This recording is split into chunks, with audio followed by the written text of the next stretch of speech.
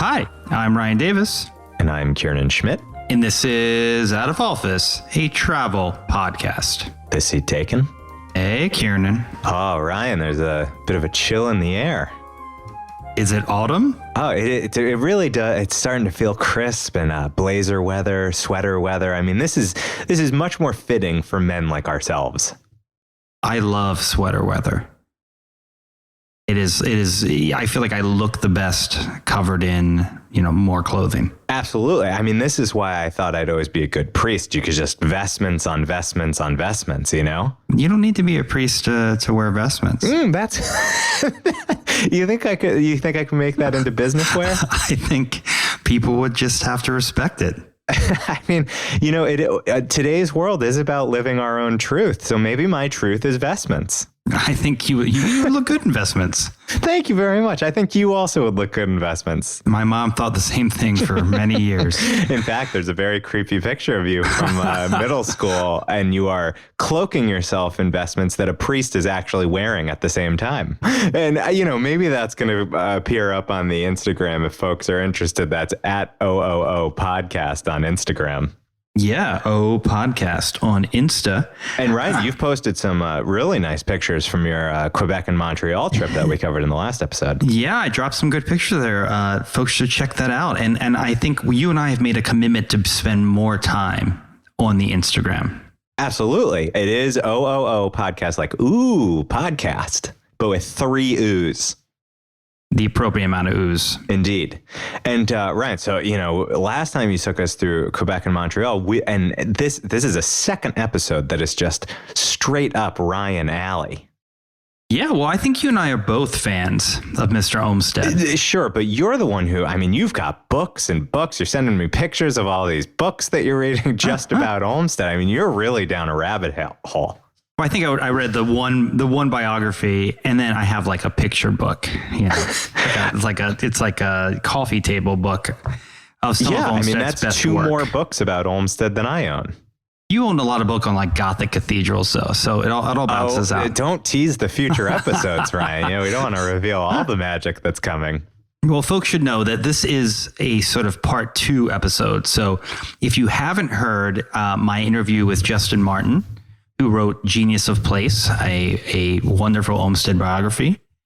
Check that out. It's episode 101, and we'll link to it in the show notes. So that's a good sort of precursor. We talked about the life of Olmsted, and now today we're going to talk about some of our favorite work. Absolutely. And I think you and I are both broadly familiar. He's most famous for, of course, Central Park and Prospect Park in New York. Yes. Central Park being one of the most famous parks in North America. And so in today's episode, we're each going to cover 4 places that aren't the blockbuster Olmsted places, but try to draw the connection about, what makes a place, what makes a park uniquely Olmstedy. Yeah, what is Olmsted's philosophy on landscape design, and what makes his parks and public spaces so special? And for those who can't go back and listen to the full episode, Ryan, which is unacceptable, I would just ask, as somebody who has devoted hours to actually reading a biography of Olmsted, could you say, what pieces of his biography change the way that you look at these properties? I think, we talk a lot in the episode about all the travels that Olmsted had. And for someone of his generation, he was incredibly well traveled. He got to travel in China. He got to travel around Europe. He got to travel by boat all the way, all the way to California. So he got to see a lot of stuff in his lifetime. And those early sort of travel adventures really sort of gave him sort of a vision for what he thought public space should be like. All right. Well, I'm feeling inspired. I think it's probably time to take off. Tell the cabin crew. Flight attendants, prepare for takeoff, please. So, Kieran, Olmsted is credited with 125 landscape designs. That's several more than either of us. Yeah, a lot more. That's a ton. My front yard is lovely, but really Catherine does all of that. Yeah, I don't know that I don't know that qualifies. Actually, my mom did the sketch that laid out all the flowers. So, but I feel like because it was my mother, I kind of get credit for that. Well, that's sort of so did Olmsted's kids. That's exactly right. In fact, I'm going to touch on that in one of my picks. So Olmsted was born in 1822, meaning that we are approaching the 200th anniversary birthday of Olmsted. This is exciting. Absolutely. And we should link in the show notes. There's an organization that is making sure that 2022 is a year of celebration, and it's called Olmsted 200. It's olmsted200.org, and it's giving you ways to learn about Olmsted, and it's also highlighting not just his biography, but events that are going on throughout the year to honor Olmsted, especially in places that Olmsted designed. Yeah, it's great. They've got events happening all over the country where Olmsted did work, plus virtual events and other ways to get involved. So we should definitely link in the show notes. But I'm going to be, watching this calendar to maybe go check out some of these Olmsted events. It's yet again a moment where out of office was leading the way. We didn't even know it was his 200th birthday, and now we see people fast following. Yeah, no, we set the scene, and folks follow. Maybe we could get them to retweet us. We should try that. I'll do that when we share the episode. Perfect. So we've got this organization that's celebrating his 200th birthday, but Kieran, what is it about Olmsted's landscape that is so important, that is so unique? Yeah, I think that's a good question, because for those of us who, I've never taken a class in landscape architecture. Have you? Hard to believe. Have you, Ryan? No, I have not. I cut the grass as a kid, though. So. Oh, fair enough. Well, that shows in your brawny figure. I think just exploring just for a couple minutes the design principles that you can see in Olmsted, and really his most famous Central Park, Prospect Park, and the U.S. Capitol grounds, which I know you're going to talk about, Ryan, I think really are the epitome of what Olmsted termed his elegance of design. And the whole idea is that separating yourself out, being able to step back from just individual pieces of the park or challenges of the landscape, he was always aiming to create a single composition. It's like the difference of looking at a giant painting and focusing in on one detail or stepping back and taking in the whole. And he always had in his mind this idea that visitors to the park should be taking in the whole, even while they experience the individual details of where they happen to be walking. And I know, as somebody who frequented Olmsted Parks in New York City, I definitely got that larger picture of the whole the longer that I lived there and the more places I was able to explore. And the other piece, Ryan, that I liked when he was thinking of this broader single picture that a landscape should evoke is that he very distinctly cast areas that were meant to be dark and areas that were meant to be light. And there were pieces of that contrast that you really do see when you walk through a lot of these areas. So you'll encounter a big open field that's bordered on all sides by tall trees or imposing rocks that do create a very stark contrast and give a lot of depth to the vision. Yeah, and when he was doing Central Park, he envisioned the bridges actually, when you walked under a bridge, it would create sort of a portrait to give you that vision. So, when you felt like when you were under the bridge, you were emerging into like a new landscape. Exactly. And that's a perfect example of one of the two styles that he liked to work in. So the first he termed the picturesque. And this was all about that feeling of entering into a piece of art, really, with the sort of mystery and the depth of light and shadow and artistic play that we all bring to, great works of art that we see in museums. And then the second style that he tried to bring into his creations was what he termed the pastoral style, in which he really meant it was about letting natural beauty have its place even in urban landscapes and letting nature speak for itself, not trying to always impose, what I often think of as sort of that, the British gardens, the carved topiaries, the highly planned out, formal gardens. He often tried to go for a bit more of a wilder take that was truer to nature, untouched by man. Yeah, and one of the places we're going to talk about today, he had to actually convince the owner that this was the way to go with the gardens. And so if you had to boil down, what are the signature moves? You're dropped in a park and I don't know why I'm always having people blindfolded dropped into places. That's my historical house test. But if you're dropped into a park, what are some of those signature things that you could look for that would suggest it's by Olmsted or Olmsted inspired? The first would be broad, uninterrupted landscapes. So really not choppy, not quick transitions between different types of landscape, but really a single experience that flows through on your walks or on your drives. And when he had to put in roads, which is not uncommon, especially in city parks, he always tried to make non-intrusive, curvy roads that it didn't look like straight lines that you don't often see in nature. It really reflected a more natural flow. He liked big, broad, large lawns that were open to the sun and the sky, contrasted with shadowy depths like I was talking about before. And then finally, he was very obsessed with introducing water into the landscapes in the form of lakes, ponds, streams. Sometimes these were artificially made, and many times they were already natural in the landscape and enhanced with what he placed around them. And you see all of these different signature moves in Central Park. You see the large lawn in Sheep's Meadow, which when he designed it was even larger. You see the non-intrusive roads and the roads that sort of cut across Central Park, but are actually sort of built underneath the park, so you can't actually see them. And then obviously the massive landscapes all around. So it's interesting how he sort of developed these signature moves really early in his career, and they were foundational the entire time.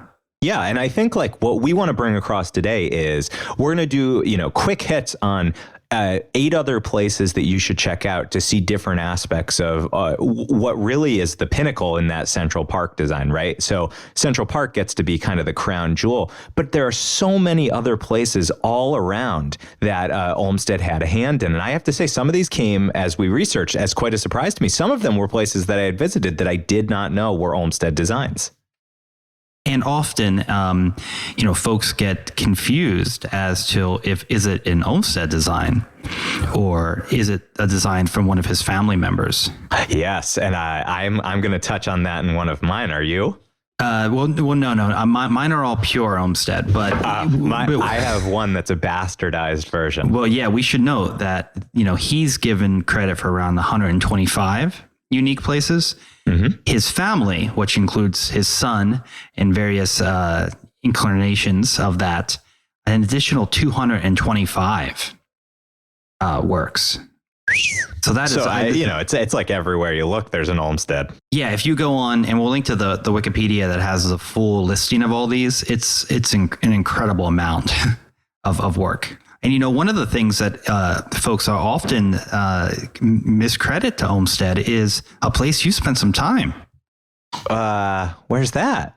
Disney World? Harvard Business School. Oh, the water features there flow with money, my friend. Yeah, that's, this was after the Olmsted boys sold out. But yeah, absolutely. Oh, yeah. That was below Frederick. All right. Well, let's get to it, Ryan. Do you want to give us your first pick? Yeah, I want to start with a classic, the Biltmore Estate. Have you ever been? No, I haven't. So the Biltmore is in Asheville, North Carolina, and it's one of the nation's largest private homes ever constructed. It's an incredibly beautiful house. This was one of Olmsted's last great projects. He was in his mid-60s when he met George Vanderbilt, who was 25 at the time he's constructing this house. So a little bit of an age difference there. The whole project took 7 years, and Olmsted was really attracted to it because he knew that he had the budget to do whatever he wanted, and that he would have the freedom that he had lacked on some projects to really, push his vision to the very end. Mm-hmm. So it includes a couple really classic Olmsted signature moves. One of them is this very famous 3-mile approach to the house. And this sort of blends that sort of forest and that natural landscape. And it's considered one of the largest sort of forestry projects and one of the first of its kind in the United States. So when he got this job, Vanderbilt imagined he would only have these beautiful English and French gardens and Italian gardens, and Olmsted said, "You've got so much land; it would be a total waste to just make it all hyper planned. Let's try to keep a lot of the natural beauty." And so, while Biltmore has extraordinary traditional gardens, and it's really a beautiful property, a lot of it is really natural and or enhanced nature, so meant to feel natural, and that was because Olmsted said, "Look, this is the future." And then George Vanderbilt really bought into it and started to buy a lot more forest to sort of preserve around the property. That sounds great. And is there a fee to go on the grounds there? I think it's like $10 to go on the grounds, but it's definitely worth it. It's got about 1.4 million visitors a year. So this is probably one of his more popular works, and has not been that radically altered, since its inception. So, awesome place to visit outside of Asheville. Beautiful gardens, big house. You can't go wrong. Well, Ryan, for my first pick, I'm sticking close to home here in Boston, and Olmsted is really acknowledged here for his design of what's called the Emerald Necklace, which is an interconnected set of parks that spans a huge area around Boston. And I wanted to put the magnifying glass to one specifically because I really like the story behind it. It's called the Back Bay Fens, and this is in the Back Bay neighborhood of Boston. And in 1878, Olmsted basically got asked to transform this swamp into a public park as part of the Emerald Necklace. And it was described at the time as foul smelling, and it was really nothing more than a shallow tidal creek. And he really transformed it into what it is today, which is a beautiful stream surrounded by wooded areas with lovely walking tracks right in the middle of a very popular part of the city. And I like it because it's sort of uniquely, Central Park kind of spans hugely, and you had to set aside this giant part of the city land. In this case, the Emerald Necklace is kind of sprinkled throughout Boston, though it does all interconnect. And the Back Bay Fens, it also has that kind of long, narrow trajectory that you could use it, as your commute from one part of the city to the next. To me, the story really highlights that he often had to think, how does something like the draining of a swamp area affect the broader utilities of a city? And then, how do I transform it into something that's actually attractive and that city dwellers will want to spend time with? And had Olmsted moved to Boston at this point? So, Ryan, this actually predated when Olmsted moved to the suburbs of Boston. And actually, the site of his home and his studio when he set up shop here is still protected as a national park site. And we will for sure put a link to it. I've visited it. Super cute little house with an attached studio. And they have many of his original designs available. And as with all national park sites, obsessive, quirky rangers to tell you all about Frederick Law Olmsted. But he made that move up to Boston in 1883. So, for all we know, this work may have been what moved him to join us here. Yeah, I mean, he decided not to stay in Staten Island, so... A decision many have made. Yeah. Okay, so my second pick is the U.S. Capitol building. Olmsted was given this opportunity to build this 58-acre park around the Capitol, and it's got a lot of classic Olmsted moves. You've got the big pastures, you've got really clean views of sight, so it doesn't interrupt with the beauty of the Capitol building. You've got big water, the big water by the National Pond, that reflection pool there. So you've got a lot going on, and so. I think this is something that he must have really appreciated getting a chance to work on because, if you remember from the previous episode, he was a part of the U.S. war effort on the Union side and, spent some time in D.C. and probably was walking around these buildings going like, why isn't there a good park here? So he got to return to DC later in his career and, do the entire U.S. Capitol grounds, which was apparently much more like wooded back then. I mean, it was really sort of like the wilderness, and he turned it into a park-like setting. So very cool place. So, Ryan, my second pick is it's a park called Belle in Detroit. Hey, are you familiar with it? I am not familiar with it, no. So, I've frequented Detroit for many years as part of the day job. And one of the great joys of visiting Detroit is catching little time out of the office and going to Belle Isle, which is an island that is adjacent to the city. And it's actually 982 acres. So it's not an insignificant chunk of land.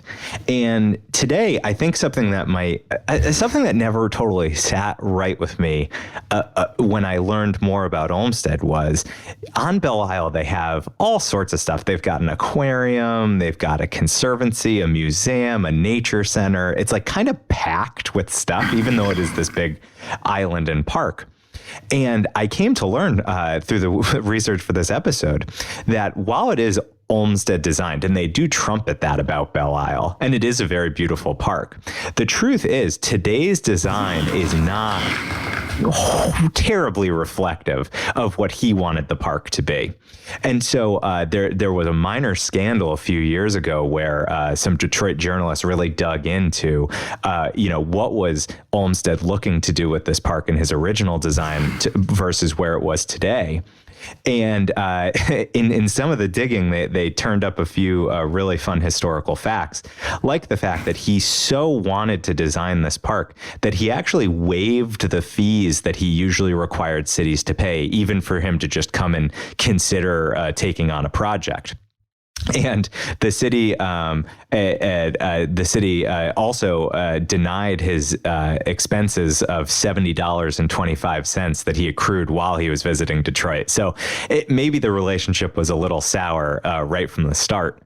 But as it turns out, his plan, and one of the great things I love about Olmsted is you can see many of these historical plans that he had online, and so we can give a link to what he was picturing for Detroit.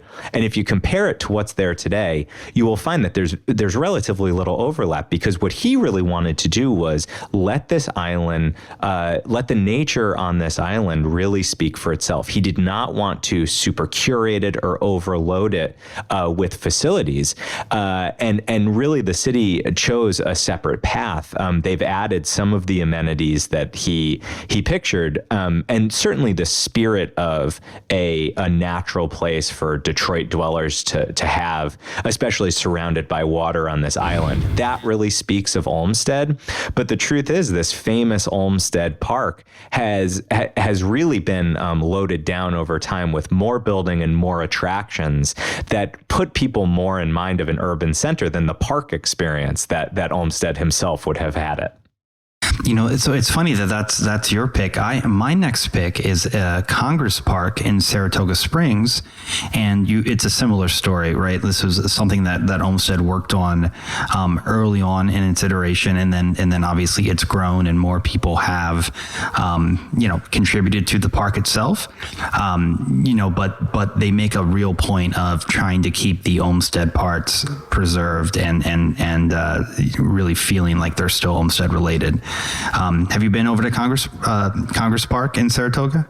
No, I haven't. I mean, one of the cool things about it, Saratoga, is that it's a natural spring, right? So as you walk around the park, and there's Italian gardens, there's a statue garden with some various statues by some Danish sculptures. But sort of the most interesting, sort of unique thing about the park is there are these natural springs everywhere that you can taste some of the most minerally water that you've ever imagined. I don't know that I'm told that it is safe to drink, and I've seen people fill up like bottles at the park, but it does not seem to me to be water that you would like really enjoy drinking. No, it was more like a unique experience, as opposed to like, wow, I want to bottle this up and take it home. But another cool thing that sits in Congress Park is this old casino called Canfield Casino.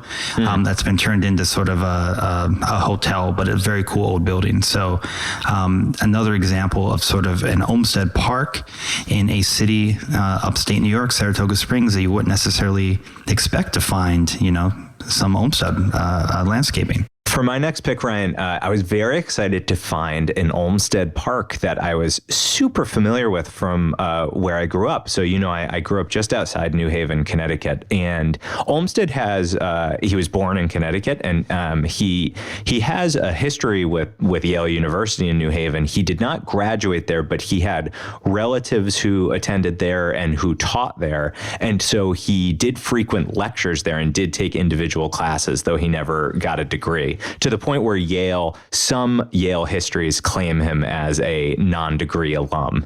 Non-degree alum, I like indeed. that. Yeah, I bet you do. And just down the road, in the town next to the town that I grew up in, there's a small city called Meriden, Connecticut, and it's popularly known as the Silver City. So in fact, my grandfather worked in the silver industry, and Meriden at one time was a major provider of silverware and silver goods.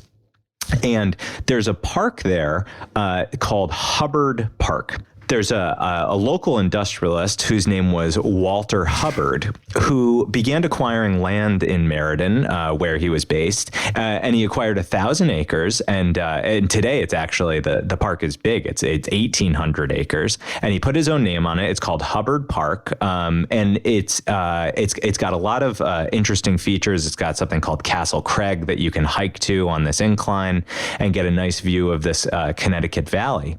And I grew up always vaguely hearing that it was an Olmsted Park. And this gets right to what you and I were talking about, which is many parks which are called Olmsted Parks may have inherited their style from Frederick, but they were actually done by the firm that his children started. Right. And so I discovered that online there was a deep dive into this history by a local paper, the Record Journal, which was the paper that I grew up reading. And in 2015, they actually dove into the history here and uncovered that Hubbard Park was indeed done by Olmsted's sons. So I can say that I very much see the signature moves, as we're calling them, in this park. So, these sons carried on the legacy of their father. But it is not properly a Frederick Law Olmsted creation. But one hot tip that I will give, and everybody in the Connecticut area knows this, is the time to visit Hubbard Park is Christmas time, because this park goes way out of its way to deck itself out in extravagant lighting. And so there are beautiful scenes of thousands and thousands of white lights. They love to do the trees and the bushes, but they also do animal figures. And it's so bright you can see it from the adjacent areas, and it's a lovely place to take a drive or a walk through to get in the Christmas spirit. And is this close at all to Elizabeth Rose Garden in Hartford? It's about 20 minutes from there. Because that's another one that was worked on by the Olmsted sons. So they must have done a lot of work up there in Connecticut, which makes sense because their father was born there. These guys lived in the heyday of park creation. Yeah, that's true. That's true. We make a lot of parks in New York right now. That's true, but most of them are, like man-made on weird stilts because you run out of space. Well, you know what isn't on weird stilts, and that's going to be my closing. A lot of stuff. A lot of stuff. I wanted to close with a park that I go on about in Ryan's Brooklyn. We'll link to that episode, but Prospect Park in Brooklyn, was built right after the Civil War. The Brooklyn's founding fathers came together and helped finance this extraordinary park that was built by Olmsted and Vaux. Vaux was his partner on Central Park, who was more of the sort of architect versus the landscape architect. And it's got a ton of the signature moves of Olmsted. You've got massive lakes. You've got huge fields. And This is a huge park. It is not as big as Central Park, but it is massive. And there are bike trails, and you can go paddling, and people are running and reading and playing games. And it's right next to the Brooklyn Museum, and the massive. There's a massive the Seafarers and Soldiers Memorial, which is right there on the corner. Another Olmsted Vox creation, honors Union soldiers from the Civil War. So it's a very cool space, and us Brooklynites are there quite a bit. You Manhattanites, you have your own parks, but if you're visiting New York and you've already been to Central Park, Prospect Park should be really up high on your list. All right, Ryan. And for the final pick, I'm going to return back to the Boston area. And one place that Olmsted himself and his sons did a fair amount of work was in the laying out of college campuses. Because when you think about it, natural spaces where it's going to cover a large acreage, and they want it to be beautiful and attractive.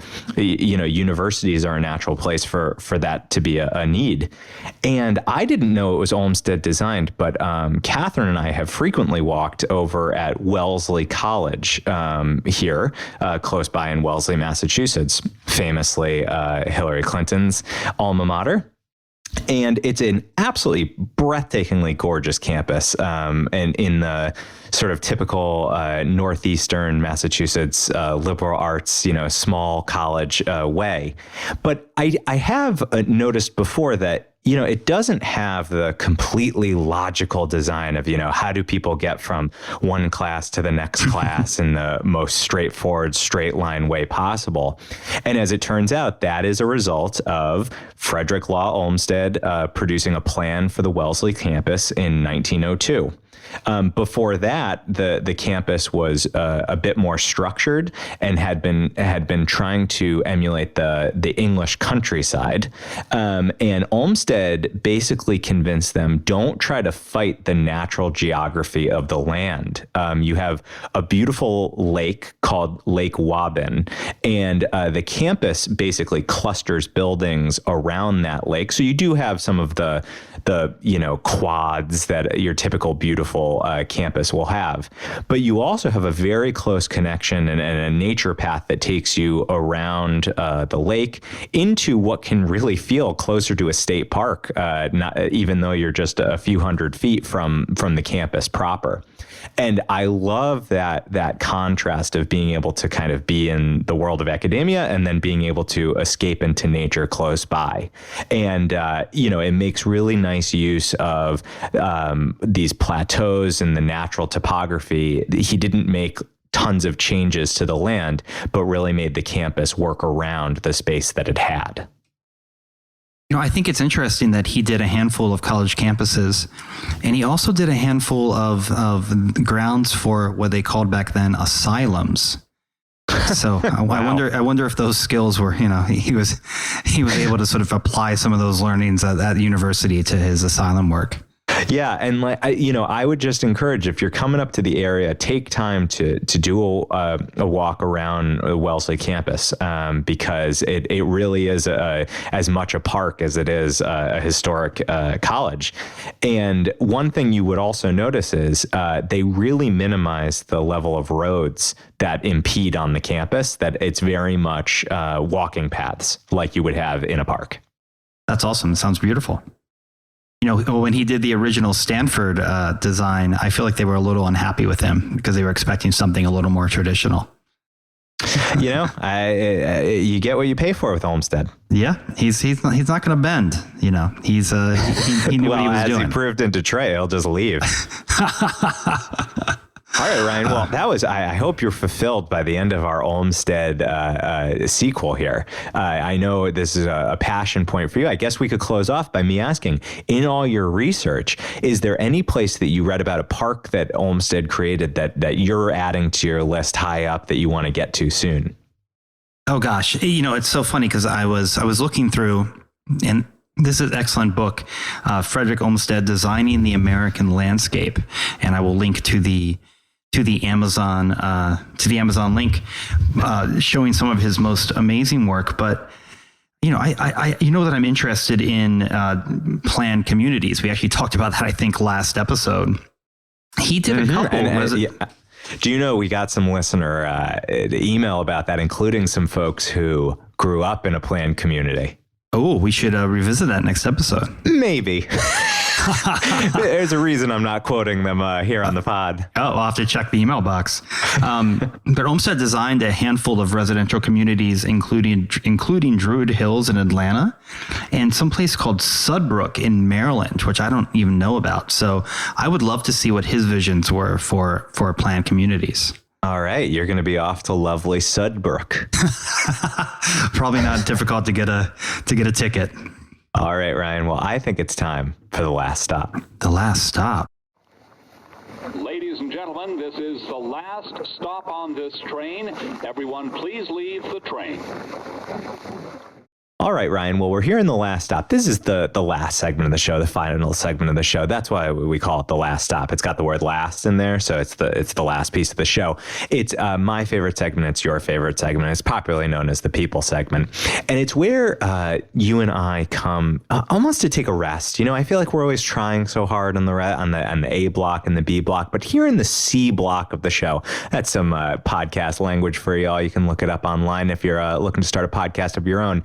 Here, we try to create a space where we can share. You and I each bring something that we can share with each other and with our audience. One thing that we've experienced, could be something we cooked, something we read, something we bought, anything that fed the spirit of wanderlust within us, even during the workaday week.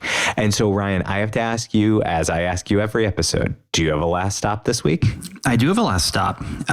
So in honor of the Olmsted episode, I am going to eat at one of my favorite neighborhood spots in Brooklyn on Sunday, a restaurant named after him called Olmsted.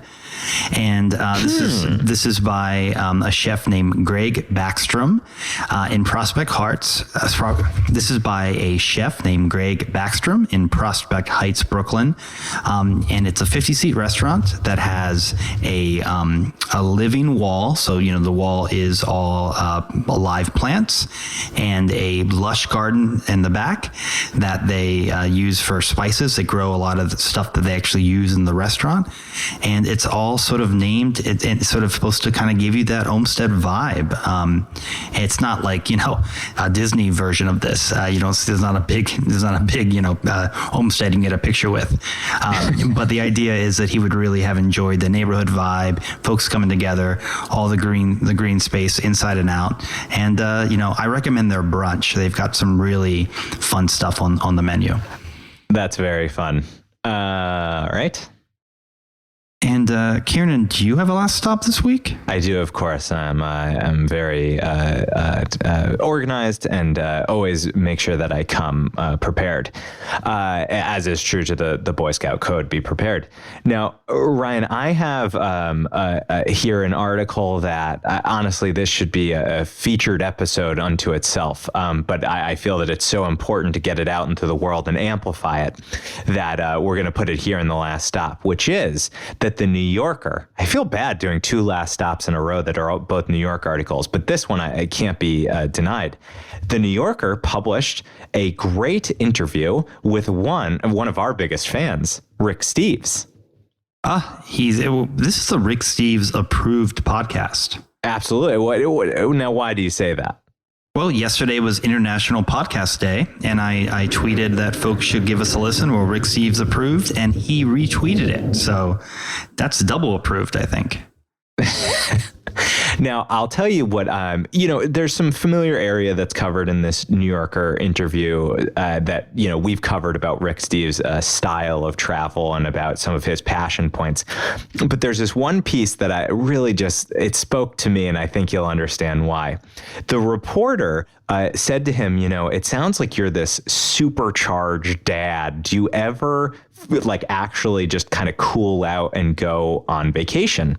And Steves responded with the following: if there's a group of people without a leader, it just grinds to a halt. Somebody needs to go, do you know that museums are closed tomorrow and this museum requires a reservation? When I was a kid, I would travel with my friends from the dorm and I was always organizing and they were complaining. And sometimes I would just go on strike. And then after a few minutes, they'd go, okay, Rick, you be the guide. And then we got things done.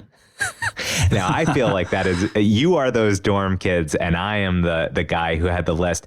And I love that Rick suggests that he goes, yeah, okay, guys, fine. No, you're right. I'm saying we should do too much. I'll just sit over here until you're ready. And of course, they came around because we know you have to be on a mission when you travel. Absolutely. You've got to get what you got to get in. You got to, there's only so much time on this earth, Ryan. Yeah. There's only so many times you can go back. And Rick Steves gets that. And I will say as a teaser, we don't have to get into it here, but he opens up a bit about his personal life and the effects it had on his family, how much he had to spend time on the road building this business and how obsessed he was and how long it took to bring those relationships back. So really good read, link to it in the show notes. And of course, we'll look forward to speaking to Rick about it as the quest for Rick Steves continues. We've of course had his voice and his endorsement here on the show, but we really look forward to getting that interview on sometime in the future. Yeah, now that he's back to traveling a third of his life, maybe he can make a little travel out of office. Post-pandemic, of course. Exactly. So, Kieran, what are we talking about next episode? Now, Ryan, this is a spooky time of year, wouldn't you say? Oh, it's the spookiest. And last year we did a great episode, and maybe we'll even link to it in the show notes, exploring the Day of the Dead, the tradition of the Day of the Dead holiday. And I loved learning about that last year, and I was thinking we should really do another Halloween autumnal episode. And then like a flash of lightning, it occurred to me, Ryan, we're going to do a guide to Salem, Massachusetts, famous for our witch trials. That sounds pretty spooky. It's going to be a spooky, fun time. I visited Salem many times. There are spooky attractions, witch attractions, but also some just really great food and cultural things to check out. So next time, our city guide to Salem, Massachusetts. Well, until then, I'm Ryan Davis. And I'm Kieran Schmidt. And this is Out of Office, a travel podcast. The seat taken. So, Kieran, do you take a broomstick over there to Salem? Oh, my God.